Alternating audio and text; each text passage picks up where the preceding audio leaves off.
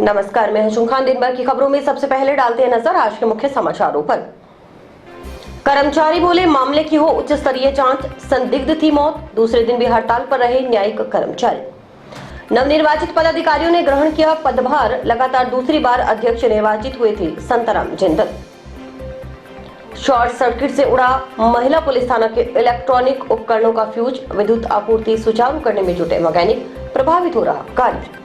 ग्राम सेवा सहकारी समिति में हुए घोटाले की उच्च स्तरीय जांच करवाने की मांग, विधायक के नेतृत्व में ग्रामीणों ने कलेक्टर को सौंपा ज्ञापन। अब खबरें विस्तार से।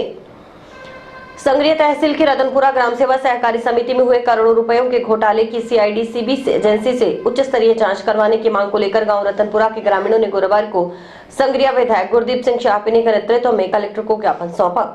विधायक शाहपिनी ने बताया कि ग्राम पंचायत रतनपुरा की ग्राम सेवा सहकारी समिति में ग्रामीणों की ओर से बचत खाते व एफडीआर के माध्यम से करोड़ों रुपए जमा करवाए गए, परंतु वर्तमान में विभाग के एमडी की ओर से करवाई गई जांच में पाया गया कि ग्राम सेवा सहकारी समिति के खाते में करोड़ों रुपए का घोटाला किया गया है।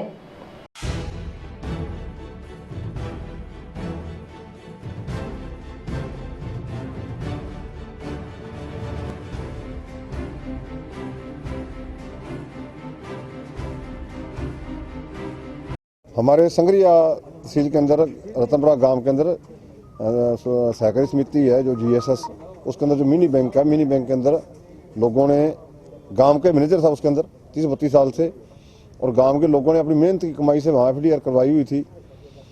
वो गांव वालों को ऊपर उसके ऊपर विश्वास था, गांव का आदमी था, इस कारण वो गाँव वाले उसको पैसे दे जाते थे और वो घर पे एफडीआर का बॉन्ड बना के भेज देता था और हमेशा ही ऐसे काम चलता रहा। और अब उसका 30 तारीख को रिटायरमेंट हुआ है, उसके बाद जो लोगों की जो एफडीआर थी वो मैच्योर कराने के लिए दोबारा गए, जब तो नया जो मैनेजर था उसने जब देखा भी खाता ही नहीं उनका और खाते के अंदर पैसे नहीं है तो उसकी मैच्योर कैसे होगी, तो जब धीरे धीरे लोगों को पता लगा, सभी ने जब उसकी जाँच करवाई तो किसी की 8 से 10 करोड़ रुपये का जो लोगों ने एफडीआर करा रखी थी वो बैंक में कहीं किसी का खाता नहीं मिला और न ही बैंक के अंदर वो पैसे थे। अब 3 दिन से जांच हुई है उसकी, और जांच के अंदर मैंने कल अधिकारियों से बात की थी तो उन्होंने कहा भी 8 से 10 करोड़ रुपए का जो हमारे सामने आया है, और अभी उस चक्कर में कलेक्टर साहब से मिलने के लिए हैं कि बैंक की जो चेयरमैन है वो भी कलेक्टर साहब है, और हम चाहते हैं कि उच्च स्तरीय जाँच करवा कर और उसके खिलाफ जो बनती कार्रवाई, जो पुलिस की कार्रवाई है FIR वगैरह, और हम जो लोगों को पैसे हैं वो बरामद किए जाएँ और लोगों को, गरीब लोगों को पैसे लौटाए जाएँ।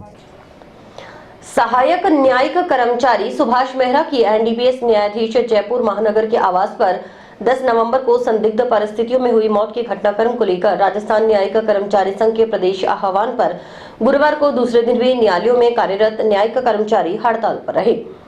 सहायक न्यायिक कर्मचारी की हत्या की एफआईआर दर्ज कर सीबीआई से जांच करवाने की मांग कर रहे न्यायिक कर्मचारी बुधवार से सामूहिक अवकाश लेकर बेमियादी हड़ताल पर हैं। कर्मचारी एकता जिंदाबाद, कर्मचारी एकता जिंदाबाद, कर्मचारी एकता जिंदाबाद, जिंदाबाद, कर्मचारी एकता जिंदाबाद। हमारी मांगे पूरी करो, हमारी मांगे पूरी करो। सुभाष मेहरा को न्याय मिले, सुभाष मेहरा को न्याय मिले, सुभाष मेहरा को न्याय मिले। हमारे ये 2 दिन से हड़ताल यहाँ जारी है और जयपुर नए क्षेत्र के अंदर भी लगभग पिछले 12-15 दिनों से हड़ताल जारी है, धरने पे बैठे हैं। वहाँ के एक न्यायिक कर्मचारी जो कि माननीय एनडीपीएस जज साहब के यहाँ कोठी पे कार्यरत थे, चतुर्थ श्रेणी कर्मचारी सुभाष मेहरा जी, जिनकी संदिग्ध अवस्था में मृत्यु हो गई, उसके बाबत वहाँ हड़ताल जारी है 12-15 दिनों से, और उसके विरुद्ध कोई भी एफआईआर दर्ज नहीं की गई है और ना ही उन्हें कोई मुआवजा दिया गया है और ना ही उनके कोई आश्रित को नौकरी का आश्वासन दिया गया है। उसके लिए वहाँ हड़ताल जारी है और प्रदेशाध्यक्ष महोदय के निर्देशानुसार हमने पिछले 2 दिन से हड़ताल जारी कर रखी है, जो कि अनिश्चितकालीन के लिए है। और आज माननीय उच्च न्यायालय द्वारा मतलब कमेटी को आमंत्रित किया गया है। देखो, जो वार्ता होती है उसके हिसाब से प्रदेशाध्यक्ष के महोदय के निर्देशानुसार आगे हड़ताल जारी है। हड़ताल के 2 दिन हुए हैं और हमारी मांग है कि जो सुभाष मेहरा है उनकी मृत्यु हो गई है और उसकी सीबीआई जांच के लिए एक विकलांग के साथ उसी के भाई बहन व बहनोई ने मिलकर मारपीट कर डाली। मारपीट में चोटें लगने से घायल शख्स का टाउन के जिला अस्पताल में इलाज चल रहा है। गोगामेडी पुलिस थाना में घायल के पर्चा बयान के आधार पर उसके भाई बहन व बहनोई के खिलाफ मुकदमा दर्ज हुआ है। जानकारी के अनुसार हनुमानगढ़ टाउन के जिला अस्पताल में भर्ती रोहताश निवासी वार्ड 3 गांव बरवाली तहसील नोहर ने पुलिस को दिए पर्चा बयान किया कि वह 25 नवंबर को दोपहर करीब 2 बजे अपने गांव में मदन साहन की दुकान से सामान लेने के लिए जा रहा था। जब वह भागमल गोदारा के घर के पास पहुंचा तो गली में उसका भाई बलविंदर सिंह खड़ा था। उसने रोककर मारपीट किया और खींचकर अपने घर ले गया। वहां पर उसके बहनोई महेंद्र पुत्र काशीराम निवासी माधो सिंघाना जिला सिरसा व बहन सरोज वगैरह आदि भी मौजूद थी। इन सब ने उसके साथ धक्का मुक्की की। तीनों ने कहा कि उसने जो जमीन पर स्टे ले रखा है उसको उठा ले वरना वे उसे जान से मार देंगे। इसके बाद वे वहां से उठकर अपनी स्कूटी से गोगामेडी अस्पताल चला गया। वहां से उसे नोहर रेफर कर दिया गया। नोहर से हनुमानगढ़ रेफर कर दिया गया। पुलिस ने पर्चा बयान के आधार पर परिवादी के भाई बहन व बहनोई के खिलाफ मुकदमा दर्ज कर जांच हेड कांस्टेबल राजेंद्र कुमार को सौंपी है। हम 3 भाई बहन हैं। सबसे बड़ी बहन है, दूसरे नंबर पर मैं हूँ और मेरे से छोटा मेरा भाई है। आज से कुछ साल पहले मेरी बहन मेरे माँ बाप को अपने पास वहाँ ले गई। वहाँ ले जाने के बाद 1 बीघा ज़मीन है बिकवा दी। उसके बाद में दोबारा ज़मीन बिकाऊ निकाली। उस टाइम मैंने उस ज़मीन पर सटे ले लिया। उस सटे के उसको जब सटे का पता चला तब उन्होंने मेरे साथ मारपीट की। तूने सटे क्यों लिया, ये तुड़वा, नहीं तो तेरे को जान से मारेंगे। तो सर मैं ये चाहता हूँ कि मेरा हक ना बिके। और मैं पुलिस थाने गया तो पुलिस वालों ने मेरे को वहाँ से कह दिया कि पहले पट्टी करवा गया। फिर मैं गोगामेडी से मुझे रेफर कर दिया गया नौर वालों ने मेरे को हनुमानगढ़ रेफर कर दिया। मेरे साथ कोई नहीं है। यहाँ से 2-4 भाई बंधु हैं, उन्होंने मेरा साथ दिया है, ना मेरा कोई साथ देने वाला है। आगे भी मेरे को सर खतरा है और मेरी ज़मीन मेरा हक है वो मुझे मिले और आगे से मेरे साथ ऐसी कोई घटना ना हो रही है। जिला अस्पताल में भर्ती विकलांग रोहताश की शहर के वार्ड पार्षद बलराज सिंह दानेवालिया ने सुध लेकर उनका दर्द जाना। समाज सेवियों व समाज के लोगों को अवगत करवा मानवता के नाते मदद करने की बात कही। पार्षद बलराज सिंह दानेवाली ने बताया कि वे बुधवार को जिला अस्पताल में एक मरीज को लेकर आए थे। बुधवार रात्रि को एक वार्ड में रोहताश नाम का व्यक्ति भर्ती मिला जो 80% विकलांग है। जब उन्होंने उसके पास पहुंचकर बात की तो पता चला कि गांव भोकर का निवासी रोहताश पूरी तरह से टूट चुका है। रोहताश 3 भाई बहन है। इसके भाई बहन व बहनोई ने रोहताश के साथ मारपीट की और भाग गए। पता चला कि 9 बीघा विरासतन कृषि भूमि में से 1 बीघा जमीन रोहताश के बहन व बहनोई के बिना बताए बेच दी।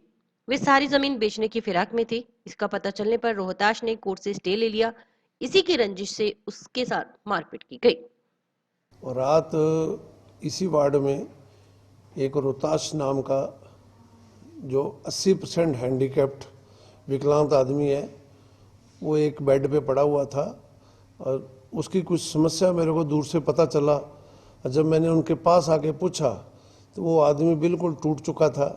वो 3 बहन भाई है, बुकरका के रहने वाले हैं और इनके भाई ने और इनकी बहन ने और इनके बहनोई ने इसको बुरी तरह से पीटा और इसको अपने हिसाब से मारकर वो वहाँ से भाग गए। पता चला, जैसे मैंने इनसे पूछा, पता चला भी इनके 9 बीघा ज़मीन है जो कि विरासताना ज़मीन है। उसमें से इसकी बहन और भाई जीजा इसके माँ बाप को साथ ले गए और उसमें से 1 बीघा ज़मीन उन्होंने इनको बिना बताए हुए ज़मीन बेच दी। जैसे हमारे को पता लगा यहाँ समाज सेवी, फिर मैंने विकलांग इनके समाज के जो लोग थे उनको रात फ़ोन किया। आप मीडिया को भी मैंने बताया भी इस तरह की ये भाई की समस्या है, मानवता के तौर पे अपने को इनकी मदद करनी चाहिए। सो जैसे पता चला पुलिस को, पुलिस रात 11 बजे 12 बजे वहाँ गोगामेडी से पुलिस आई। वो 11-12 बजे 25 तारीख की घटना है और रात 30 तारीख को आके इस चीज़ का वो बयान लेती है। इससे पता चलता है भी पुलिस की कार्यशैली कितनी अच्छी है। भी पुलिस बंदा मर रहा है, 80% विकलांग है, उसका तो ऐसे लोगों की तो एक आम राहगीरी बंदा भी मदद करता है। स्वामित्व योजना के तहत हनुमानगढ़ ब्लॉक की ग्राम पंचायत मक्कासर व 2 के में ड्रोन का सर्वे का शुभारंभ गुरुवार को किया गया। पंचायत समिति के सहायक विकास अधिकारी व स्वामित्व योजना प्रभारी अशोक शर्मा ने बटन दबाकर योजना के तहत ड्रोन सर्वे की शुरुआत की। इस मौके पर ग्राम पंचायत सरपंच प्रतिनिधि रतन धवल सहित अन्य गणमान्य नागरिक मौजूद रहे। पंचायत समिति के सहायक विकास अधिकारी व स्वामित्व योजना प्रभारी अशोक शर्मा ने बताया कि केंद्र व राज्य सरकार की ओर से चलाई जा रही स्वामित्व योजना के अंतर्गत प्रथम चरण में ग्राम पंचायत मक्कासर व दोकेंजी में गुरुवार को ड्रोन फ्लाइंग के जरिए सर्वे का कार्य किया गया। इससे पहले पंचायत समिति की ओर से कार्यक्रम किया गया था। 22 नवंबर से यह कार्य चल रहा है, जो 15 दिसंबर तक चलेगा। पंचायत समिति की सभी 41 पंचायतों का ड्रोन फ्लाइंग के माध्यम से प्रथम चरण के नक्शे बनाने का कार्य पूर्ण कर लिया जाएगा। इसके बाद दूसरे चरण में प्राप्त होने वाले नक्शे ग्राम पंचायतों को उपलब्ध करवाए जाएंगे। उसके आधार पर प्रत्येक भूमि की एक आईडी जारी होगी। वह पंचायत की ओर से ही निर्धारित किया जाएगा कि यह जगह किसकी है, कौन इसका मालिक है। खाली पड़े प्लॉट भी एक बार पंचायत के नाम दर्ज किए जाएंगे। अगर किसी व्यक्ति के पास उस खाली जगह से संबंधित दस्तावेज होगा तो वह दस्तावेज पंचायत में विचाराधीन होगा। किसी भी तरह का विवाद पंचायत की ओर से ही सुलझाया जाएगा। अब तक प्रथम चरण में करीब 12 पंचायतों में ड्रोन फ्लाइंग का कार्य पूर्ण किया जा चुका है। हनुमानगढ़ पंचायत समिति की सभी 41 ग्राम पंचायतों में 15 दिसंबर तक यह कार्य संपादित कर दिया जाएगा। आज स्वामित्व योजना जो कि राज्य सरकार और केंद्र सरकार द्वारा चलाई जा रही है, उसके अंतर्गत ड्रोन फ्लाइंग का कार्य जो कि इस योजना का प्रथम चरण है, ये कार्यक्रम आज ग्राम पंचायत 2 केएनजी में व मक्कासर में किया गया। इससे पहले ये एक निर्धारित कार्यक्रम पंचायत समिति द्वारा किया गया था, जिसमें 22 तारीख से ये कार्य चालू है और आगामी 15 दिसंबर तक पंचायत समिति की पूर्ण 41 पंचायतों का इस ड्रोन फ्लाइंग के माध्यम से प्रथम चरण का कार्य है, जो नक्शे बनाने का कार्य हो जाएगा।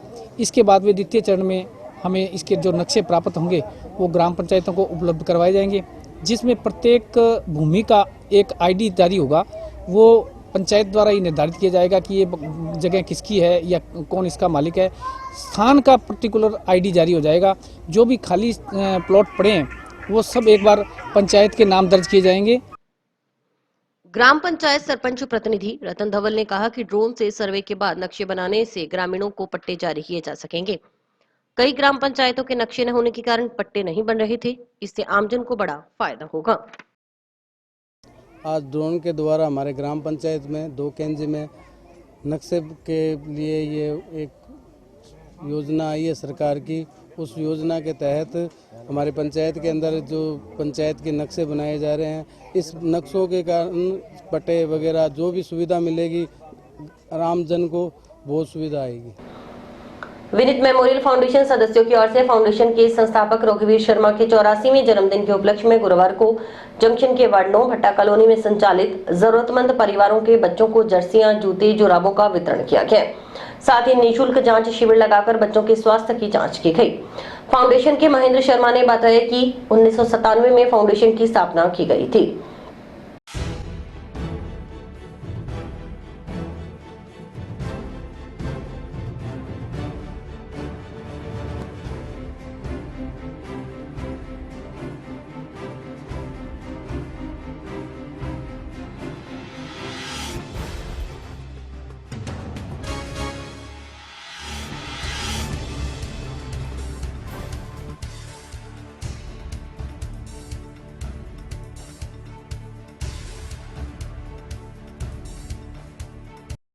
विनीत मेमोरियल फाउंडेशन हनुमानगढ़ की स्थापना 1997 में हमने की थी।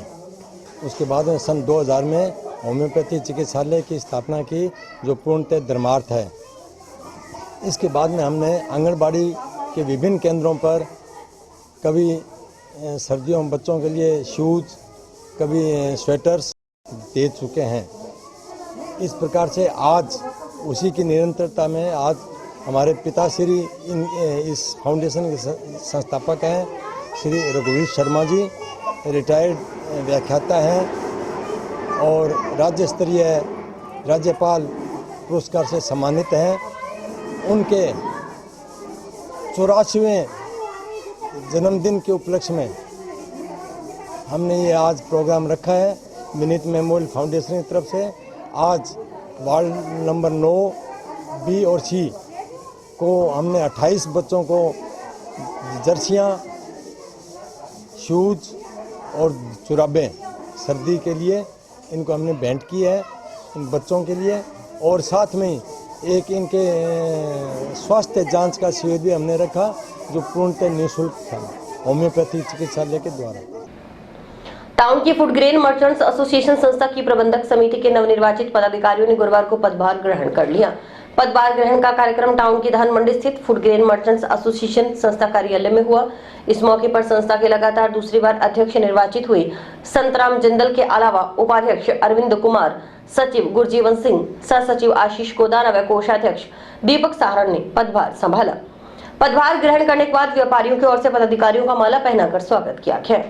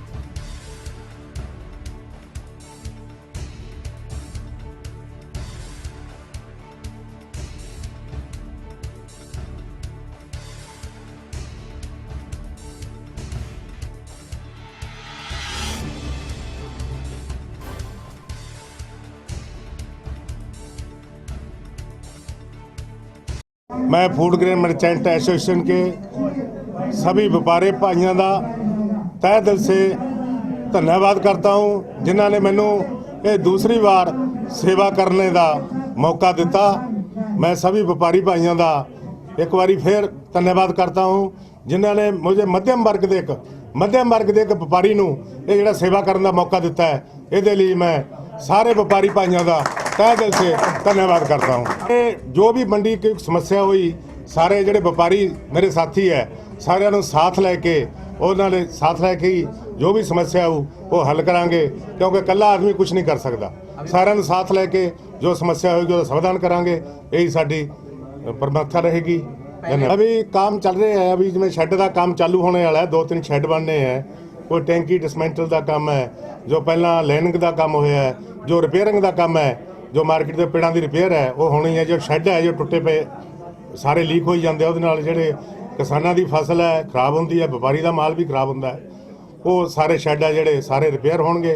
वो सारी जो कोई भी जिहड़ी कमी है मंडी दे विच वो सारियां दूर कीतियां जाणगीਆਂ। बाकी पहला जो ਇੱਥੇ चोरियां बहुत होंदियां सीगियां, उत्थे लाइटां भी लवाइयां है दोने रोडां दे उत्ते, वो लाइटां लवाइयां। अगे भी प्रयास रहूगा, जो भी काम है अधूरा है उसका पूरा करने का पूरा प्रयास करांगे। बिल्कुल साथ लेके चलेंगे, सबका साथ सबका विकास, कोई भी है भेदभाव नहीं किसी नाल, सारे हम एक है। जनाब अलग चीज़ सीगी लेकिन इसके लिए मैं थोड़े पत्रकार बंधुओं का भी बहुत बहुत धन्यवाद करता हूँ। और अभी वक्त है एक ब्रेक का।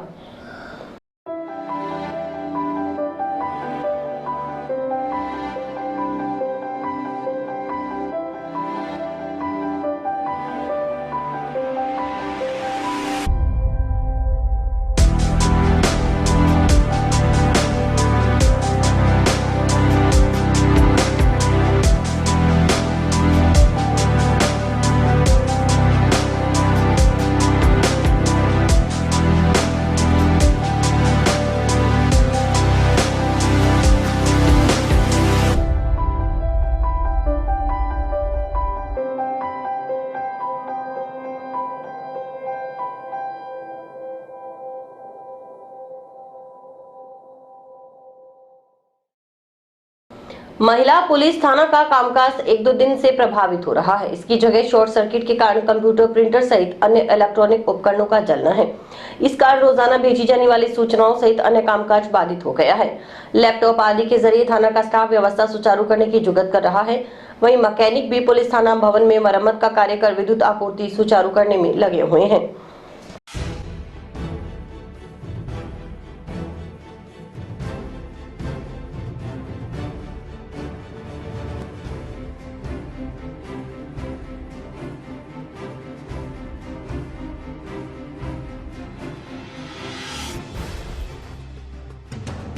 दोपहर बाद करीब दोपहर 3-1 बजे के बाद थाना स्तर की जो बिजली विद्युत आपूर्ति है वो पूरी तरह से बंद हो चुकी है।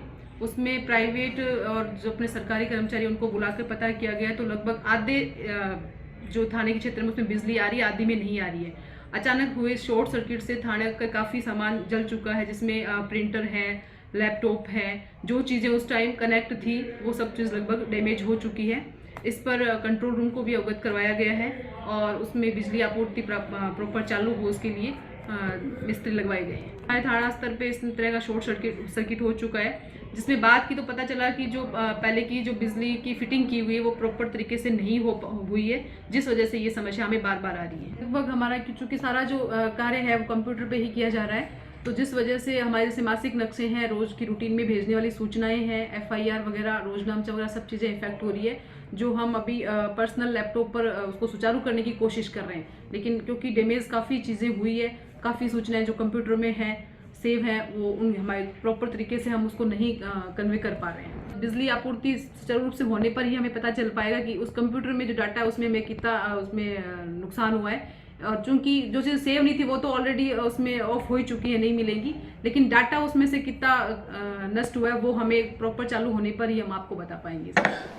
चक 1 LLW व चक 4 MMK में बंद पड़ा मंजूर शुदा रास्ता खुलवाने की मांग को लेकर इन चकों के किसानों ने गुरुवार को कलेक्टर को ज्ञापन सौंपा। किसानों की अगुवाई कर रहे किसान नेता रघुवीर वर्मा ने बताया कि चक 1 LLW व चक 4 MMK के किसान पूर्व में अपनी ढाणियों में से कृषि भूमि में छोड़े गए घरेलू रास्ते से आते जाते थे, लेकिन अब करीब 20-25 दिन से कुछ किसानों ने घरेलू रास्ता बंद कर दिया है।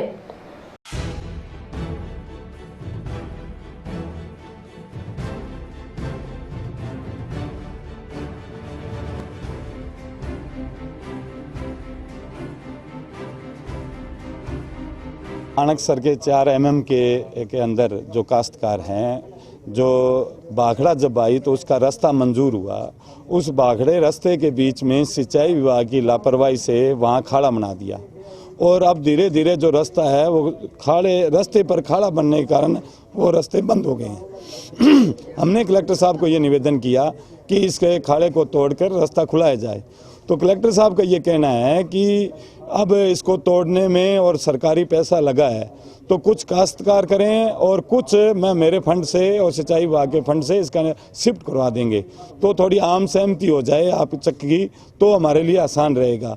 तो इस संबंध में हम अभी बैठक करेंगे कि आम सहमति के ऊपर उसके फंड के ऊपर 5 बीघे का करीब वो है, जिसके कारण सारे हनुमानगढ़, संगरिया, लीलाली कहीं भी जाने को रास्ता करीब 300 काश्तकारों को नहीं है।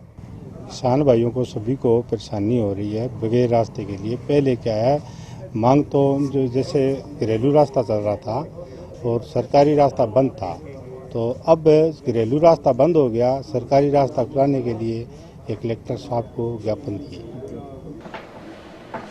आप पुलिस और अपराधियों से पीड़ित हैं या आपकी जानकारी में कहीं कोई अवैध काम हो रहा है, तो अब इसकी शिकायत सीधे थाना प्रभारी से कर सकते हैं।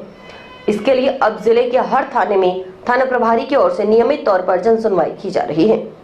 डीजीपी उमेश शर्मा ने 15 नवंबर को प्रदेश के सभी जिला SP व रेंज IG को कार्य दिवस के दौरान रोजाना 12 से 1:30 बजे थाने में जन सुनवाई के निर्देश दिए थे।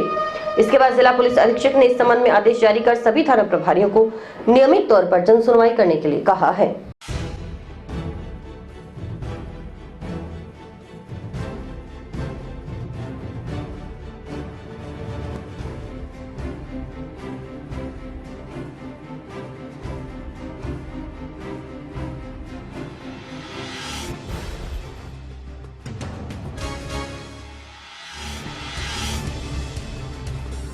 श्रीमान डीजीपी साहब राजस्थान के निर्देशानुसार व PHQ की मंशा के अनुरूप व श्रीमान SP साहब के नेतृत्व में दिनांक 20 नवंबर 2022 से निरंतर 12 से लेकर 1:30 बजे तक सभी SHO अपने ऑफिस में उपस्थित रहकर जन सुनवाई का कार्यक्रम प्रस्तावित था, जो 20 तारीख से निरंतर हमारे थाने पर सुचारू रूप से चल रहा है। इसमें ज़्यादातर जगह घरेलू मामले आते हैं, पारिवारिक, तो उसमें बैठकर हम लोग खुद काउंसलिंग करवाते हैं, परिवादियों को सुनते हैं। अगर किसी में प्रकरण दर्ज करने का होता है तो प्रकरण दर्ज कर अग्रिम कार्रवाई की जाती है। और इसी के साथ समाचार समाप्त हुए। रोजाना देखते रहिए समाचार। नमस्कार।